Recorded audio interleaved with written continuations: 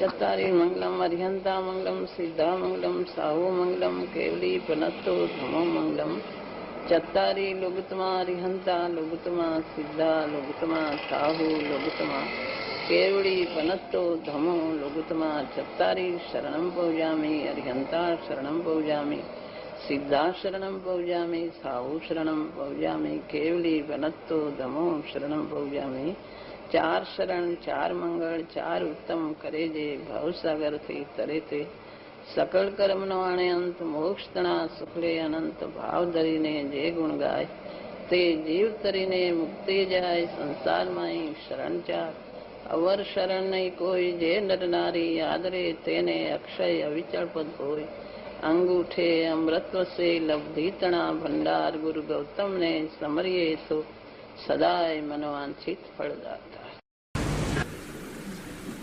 જ્ઞાનની પ્રાપ્તિ જેણે ઈચ્છવી તેણે જ્ઞાનીની ઈચ્છાએ વર્તવો એમ જીનાગમ આદિ સર્વશાસ્ત્રો કહે છે. પોતાની ઈચ્છાએ પ્રવર્તતા અનાદિકાળથી રખડે છે. એમાં શું રહસ્ય છે કૃપા કરીને. જેને આત્માનું સ્વરૂપ સમજવું હોય અને જ્ઞાનની આત્માના જ્ઞાનની પ્રાપ્તિ કરવી હોય, આત્માનું સ્વરૂપ પ્રાપ્ત કરવું હોય, તે પોતે અનાદિથી જેવી રીતે પોતાની ઈચ્છાએ એકત્વ બુદ્ધિથી જે વર્તી રહ્યો છે એવી રીતે નહીં વર્તતા જ્ઞાની શું કહે છે અને જ્ઞાનીને કહેવાનો શું આશય છે એવી રીતે વર્તન કરવાથી એની અંતરમાંથી જ્ઞાનની પ્રાપ્તિ થાય છે. પોતે તો અનાદિથી બ્રહ્મમાં પડેલો છે, કારણ કે સ્વરૂપને તો જાણતો નથી. અને જેને જાણ્યું છે એની ઈચ્છા એટલે કે એ જે કહેવા માંગે છે, જે કહેવા માંગે છે એનો આશય ગ્રહણ કરીને તત્વનું શું સ્વરૂપ કે છે, કેવી રીતે જ્ઞાનની પ્રાપ્તિ થાય, કેવી આત્મા શું છે, આત્માનું સ્વરૂપ શું છે, આ પરદ્રવ્ય સ્વદ્રવ્ય શું છે અને ભેદ જ્ઞાન કેમ કરવું, અંતર આત્માને કેમ ઓળખવો, દ્રવ્ય ઉપર કેમ દ્રષ્ટિ કરવી, દ્રવ્ય ગુણ પર્યાયનું શું સ્વરૂપ છે, એ જે જ્ઞાની જે સ્વરૂપ કહી રહ્યા છે, સ્વાનુભૂતિ કેમ પ્રાપ્ત થાય, જે સ્વરૂપ કહી રહ્યા છે એમનો કહેવાનો જે આશય છે તે આશય પ્રમાણે પોતે સમજી અને તે રીતે પરિણમન કરવું તો એના ભવનો ભાવ થાય ને જ્ઞાનની પ્રાપ્તિ થાય છે. પોતાની ઈચ્છા એટલે કે પોતે અનાદિકાળથી જે પોતાને સ્વચ્છંદપણે વર્તી રહ્યો છે, સ્વદ્રવ્ય ને પરદ્રવ્ય એકત્વ બુદ્ધિથી દ્રવ્ય ગુણ પર્યાયનું સ્વરૂપ પોતાની મતિ કલ્પનાએ જેમ ઠીક પડે એમ માની રહ્યો છે, પોતાની મતિ કલ્પનાથી આનું આમ છે આનું આમ છે અર્થો કરી રહ્યો છે, એવી રીતે નહીં વર્તન કરતા જે જ્ઞાની કે છે તે પ્રમાણે પોતે એનો આશય સમજીને તે પ્રમાણે પરિણમન કરે તો જ્ઞાનની પ્રાપ્તિ થાય. પ્રશ્ન શું થાય છે કે શાસ્ત્રો સત્શાસ્ત્રોમાંથી એ સત્શાસ્ત્રો વાંચે તો એને જ્ઞાનની પ્રાપ્તિ કેમ ન થાય? શાસ્ત્રો વાંચે છે એમાં બધું રહસ્યો શાસ્ત્રમાં આવે છે, પણ જેને સાક્ષાત પ્રાપ્તિ થઈ છે એનો જે આશય ગ્રહણ થાય છે એ જુદી રીતે થાય છે. એમાં શબ્દો છે શાસ્ત્રોમાં, પણ કયા આશયથી શાસ્ત્રોમાં આવે છે એ આશય કઈ તો પોતે અંદર જે સમજેલો હોય તે અંદરથી આશય આચાર્યનો શું છે એને નક્કી કરીને ગ્રહણ કરે છે. એ પોતે જે સમજેલા હોય એને રહસ્ય સમજે છે, બાકી જે સમજ્યો નથી તે તો પોતાની મતિ કલ્પના શાસ્ત્રોના અર્થો કરે છે. કારણ કે શાસ્ત્રોમાં દરેક જાતની વાત આવતી હોય, એમાં નિશ્ચયની વાત આવતી હોય, વ્યવહારની વાત આવતી હોય, દરેક જાતની વાત આવે છે. એમાં દરેક દ્રવ્ય ગુણ પર્યાયનું સ્વરૂપ બધી રીતે આવે, એમાં અનેક પ્રકારે નિશ્ચય નહીંથી વ્યવહાર નહીંથી દરેક વાત આવતી હોય. પછી એને ક્યાં એને વજન દેવું, શું એનું સ્વરૂપ ગ્રહણ કરવું, એ પોતાની મતિ કલ્પના એ પોતે સમજી લે છે. પણ જે સમજાવનાર હોય એ તો એનું ક્યાં વજન હોય છે, ક્યાં નથી હોતું, એ બધું એના ભાવ ઉપરથી ગ્રહણ થાય છે. એ ચૈતન સ્વરૂપ જેને પ્રગટ થયું છે તે વ્યવહાર કોને કહેવાય, વ્યવહારનું કેટલું વજન, નિશ્ચયનું કેટલું વજન છે, દ્રવ્ય કોને, ગુણ કોને કહેવાય, પર્યાય કોને કહેવાય, એ જે પોતે સમજીને કે છે એનો આશય તરત ગ્રહણ થવાનું કારણ થાય છે. શાસ્ત્રોમાં તો પોતાની મતિ કલ્પના એ અર્થ કરી લે છે. વ્યવહારના શાસ્ત્રોમાં બધી વ્યવહારની ઘણી વાતો આવે અને અધ્યાત્મ શાસ્ત્રમાં બધી અધ્યાત્મની વાતો આવે. દ્રવ્યાનુયોગમાં દ્રવ્યાનુયોગ, ચરણાનુયોગ ચરણાનુયોગ, કરણાનુયોગમાં કરણ, અનેક જાતની વાત આવતી હોય. એમાંથી એનો મેળ કરવો એને મુશ્કેલ પડે છે. પોતાની મતિ કલ્પના એ અર્થ, પોતાની જ્યાં રુચિ હોય, જે જાતનો પોતાને રસ હોય, વ્યવહારનો રસ હોય તો વ્યવહાર પ્રમાણે અર્થો કરે. અને કોઈને અધ્યાત્મનો તે રીતે અર્થ કરે, પણ નિશ્ચય વ્યવહારની સંધિ કરવી એ પોતાની મતિ કલ્પના એ થઈ શકતી નથી. એ જ્ઞાની જે સમજાવે સાક્ષાત એ વાત જુદી હોય છે.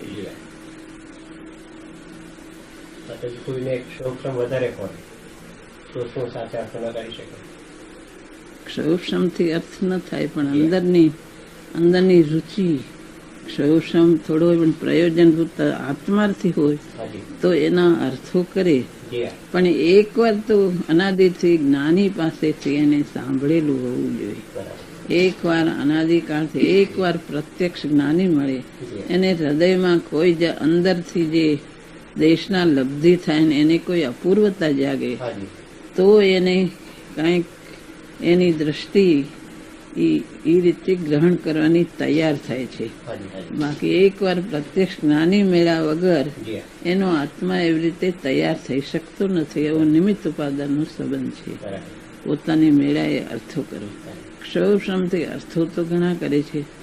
11 અંગ સુધી ભણી અંદરથી જ્ઞાન પ્રગટે છે 11 અંગનું, પણ અંદરથી પોતાને આત્મા તરફની રુચિ જો થઈ નથી યથાર્થ તો એ ક્ષૌષમ રૂપે રહી જાય છે.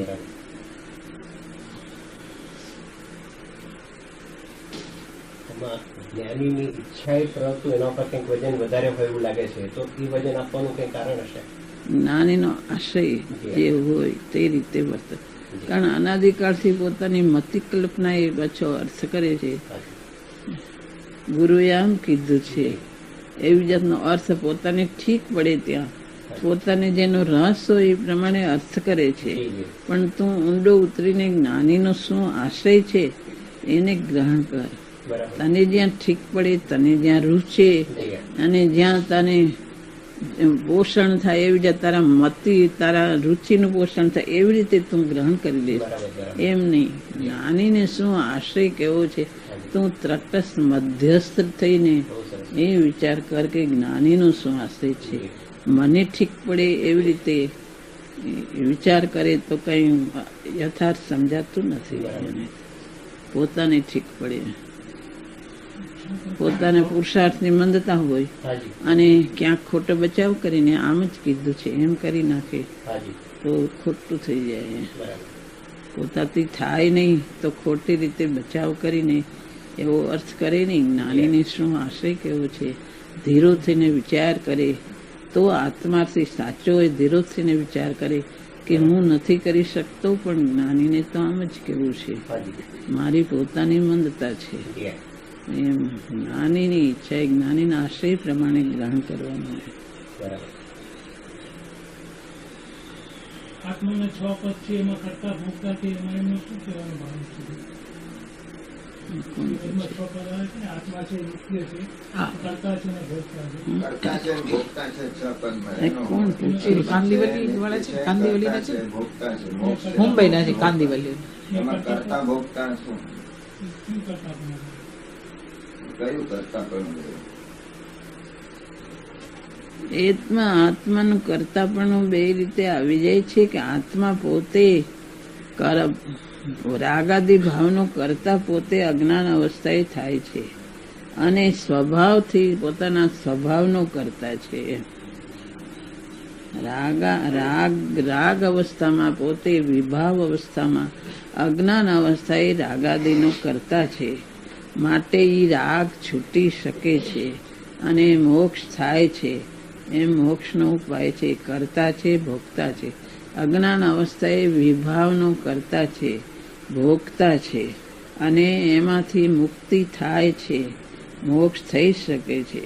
અને મોક્ષનો ઉપાય પણ છે એમ કે આત્મામાં કંઈ છે જ નહીં, અને આત્મામાં વિભાવ જ થયો નથી, અને એ કોઈ જળથી થયો છે ને પોતાને કંઈ પુરુષાર્થની કાંઈ પોતાના કારણે કાંઈ છે જ નહીં એવું નથી.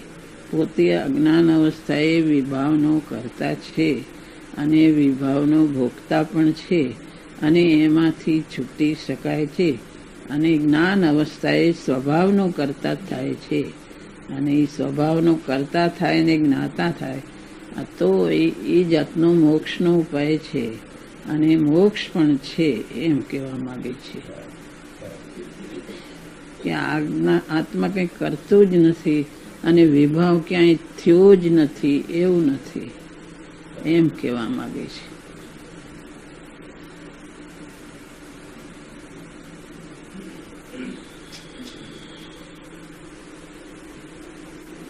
તો પછી કાંઈ કરવાનું જ રહે નહીં જો કરતા ભોગતા હોય નહીં.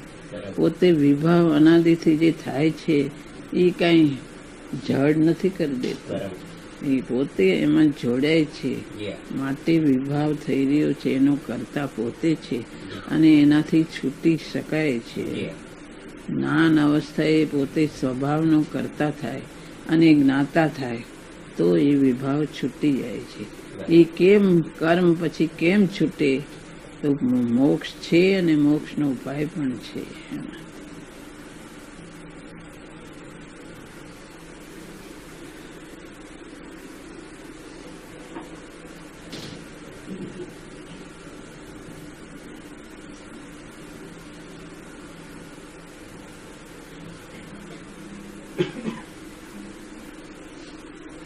શાસ્ત્રમાં મુખ્યપણે તો નિશ્ચયને અને વ્યવહારને બે નૈતિક કથન આવે છે. નિશ્ચયનો અર્થ એમ જ છે અને વ્યવહારનો અર્થ એમ નથી. નિમિત્તાદિનું જ્ઞાન કરાવવા માટે આ પ્રમાણે કથન કરવામાં આવ્યું છે. આવું બધું રહસ્ય શાસ્ત્રનું સમજીને કોઈ જ્ઞાની વિના જ્ઞાનીની ઈચ્છાપૂર્વક ન પ્રવર્તે એને શું જ્ઞાન ન થાય એવું સમજો. એને કેમ છે ને કેમ નથી વસ્તુનું સ્વરૂપ સમજે એને પણ જ્ઞાનીના આશયથી પ્રવર્તન ન કરે અને ઈચ્છાથી એનો કઈ અર્થ નથી. એમ વર્તવાનું શું પ્રયોજન છે? કારણ કે એ તો પોતે પોતાના ક્ષમથી નક્કી કરે છે. એ તો નક્કી કરે છે, પણ જ્ઞાની જે મુમુક્ષુને જેને પ્રગટ થયું છે જ્ઞાન, તે શું કહી રહ્યા છે એવી જાતની ભાવના એવા વગર રહેતી જ નથી. પોતે ક્ષમથી નક્કી કરે તો મેં જાણ્યું બરાબર છે. હવે જ્ઞાની શું કીધું કઈ વિચારવાનું કામ નથી. એવો જો ભાવ આવે તો એ આત્માથી જ નથી.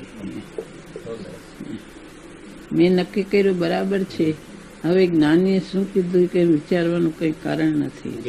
એવો જો ભાવ આવે તો એ આગળ વધી શકે જ નહીં. શાસ્ત્રથી નક્કી કરે પણ જ્ઞાની શું કે છે, હું ક્યાંય ભૂલતો તો નથી ને એવો વિચાર આત્માર્થી ને આવ્યા વગર રહેતો નથી. એમ તો સમજે કે હું કઈ ભૂમિકાએ છું અને જ્ઞાની જે આગળ વધેલા કઈ ભૂમિકાએ છે એનું બહુમાન આવે નહીં અને પોતાની ઈચ્છાએ વર્તે તો એની ભૂમિકા તૈયાર જ નથી.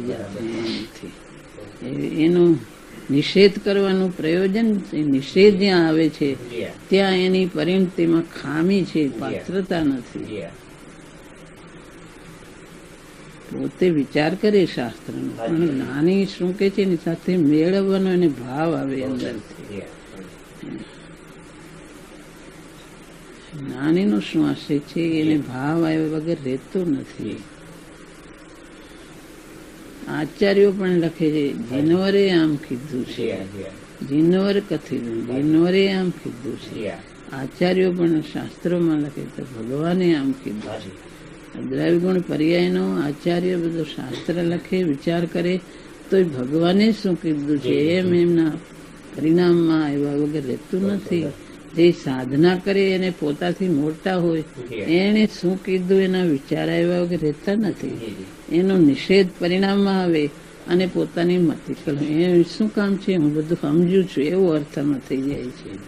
જો નિષેધ કરે તો કે હું વિચારું બરાબર છે, હવે બીજે જ્ઞાનીઓ જાણ્યું શું કામ છે બરાબર સમજુ છું એવો વિચાર નિષેધ નો આવ્યો તો એ પાત્રતાની ખામી છે. જેને સાધના કરવી હોય એને પોતાથી મોટા હોય એનો વિચાર ને બહુમાન આવ્યા વગર રહેતું નથી અંતરમાં, તો એની પાત્રતાની ખામી છે, સ્વચ્છંદ છે. આચાર્યો પણ શાસ્ત્રમાં ભગવાનનું નામ લઈને લખે છે. કેટલી એમની શક્તિ છે, કેટલું એમનું જ્ઞાન છે કે મને તો બહુ જ્ઞાન થઈ ગયું ભગવાનનું ને ભગવાને જેમ કીધું એમ જ હું કહું છું. હવે કઈ ભગવાનનું નામ લખવાની જરૂર નથી. એ કઈ વાત છે એ સાધનાને આવે નહીં.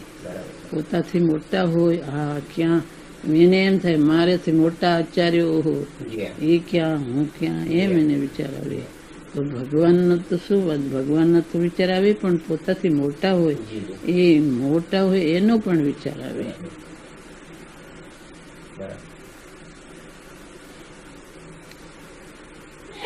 છેલ્લી એક આશંકા છે આપણે પૂછી લો કે શાસ્ત્રો તો 36 ને જોડતા મહામુનિઓ લખ્યા છે. જ્ઞાની કોઈ ચોથી ગુણસ્થાને હોય તો એનાથી તો એ વિશેષ છે શાસ્ત્રો લખનાર. એ શાસ્ત્રોમાંથી કયા પ્રમાણે અર્થ કરે અને જ્ઞાનીને ગૌણ રાખે તો એમાં કોઈ અવિનય ગણાય ખરો? શાસ્ત્રો આચાર્યો લખ્યા છે અને ચોથા ગુણસ્થાન વાળા છે. એનું જાતનું પણ મૂળ પ્રયોજનભૂત જ્ઞાન તો એની પાસે છે. એમ પ્રયોજનભૂત જે જ્ઞાન છે અને પોતે જો માર્ગને પામ્યો નથી અને શાસ્ત્રોથી સમજી રહ્યો છે તો મૂળ માર્ગને જાણવા માટે ને પ્રયોજનભૂત તત્વ જાણવા માટે એને જ્ઞાનીનો આશ્રય આવ્યા વગર રહેતું નથી. પ્રયોજનભૂત તત્વ ચોથા ગુણસ્થાન વાળા સ્વાનુભૂતિનો માર્ગ એને જાણ્યો છે, મુક્તિનો પંથ જાણ્યો છે એને, તો એને પોતે પામ્યો નથી તો એને આશ્રય આવ્યા વગર રહેતો નથી. એને શાસ્ત્રનો એટલો આધાર, શાસ્ત્રથી એનું મૂળ પ્રયોજનભૂત તત્વ એ જાણી શકતું નથી અંદરથી. એ જાણે તો એની બુદ્ધિથી જાણે છે પણ તો એને આશ્રય આવ્યા વગર રહેતો નથી. પોતાની પ્રાપ્તિ નથી થઈ ત્યાં સુધી પામેલાનો આશ્રય આવ્યા વગર રહેતો નથી.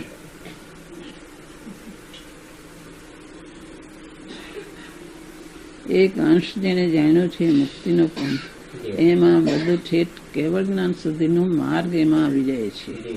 પછી શાસ્ત્રોના બીજા અર્થ જે ચરણાનુયોગ ને કર્ણાનુયોગ ને એ બધું એમાં ન આવતું હોય પણ મૂળ પ્રયોજનભૂત તત્વ આખી સાધનાનો માર્ગ એ સમ્યક દર્શન જે પામે એમાં આવી જાય છે.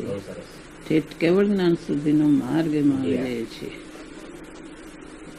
કેટલાક વ્યવહારના કથનો એમાં એ ન આવે પણ પ્રયોજનભૂત માર્ગ એની પાસે આવી ગયો છે. તો પોતે જાણતો ન હોય તેને આશ્રય આવ્યા વગર રહેતો નથી.